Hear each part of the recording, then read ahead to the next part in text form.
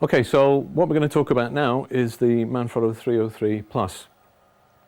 You can see first of all that the camera is in portrait mode, and the reason for that is because it gives us, when we're doing our cylindrical or panoramic shots, it gives us a lot more vertical coverage in the frame. Of course, it does mean we've got to take more shots because the amount of overlap that we've got less left and right of the frame, so we need to take more shots than we would normally, but it gives you greater coverage vertically.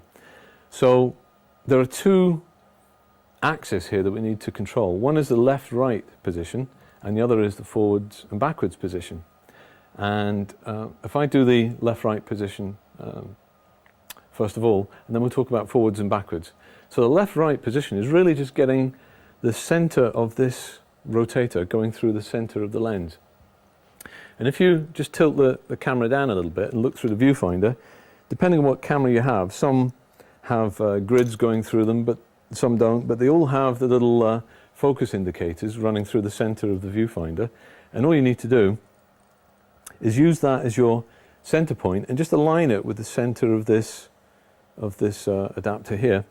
And on the unit itself, if I turn it around so you can see better, we have a little locking nut here which we would undo, and we have the little micro adjuster to get it precisely in position. If we're pretty well out, then we can turn this handle here and just slide it pretty quickly.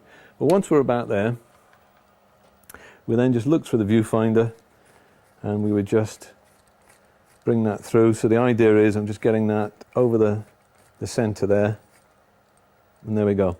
So I've now aligned the left and right movement of the camera over this center of this unit.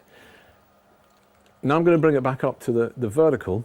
Now the only thing on this unit is, how do we stop it from moving and tilting forwards and backwards like that? We want to be able to adjust it so we can set things up, but then we want to lock it down. Well, on the side here is a little releasable lever, and if I just move this out and bring that into position, you just put that up against the camera body and then you just lock it down tight there, and now you know you've got it set perfectly at 90 degrees. So it's a very neat little feature just to make sure that that camera is positioned just at 90 degrees there. Okay, so how do we get the forwards and backwards movement set up? We need to get the lens positioned over the rotation point of the unit here. What that does is it positions the camera and lens at a specific point. It's called the nodal point, or entry pupil, it's sometimes referred to. And there's a fairly simple technique to do that, and I'll show you that in a minute. But essentially what we're going to do is we're going to position two vertical objects, one fairly close to the lens and a second object further away. And we're going to have them running in line with each other, so we can see the object in front and the object further away.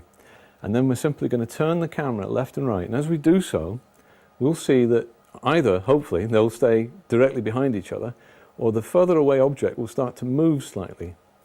And if you find that happening, it's simply a matter of adjusting the forwards and backwards setting here just a little bit, and then just checking as you go along.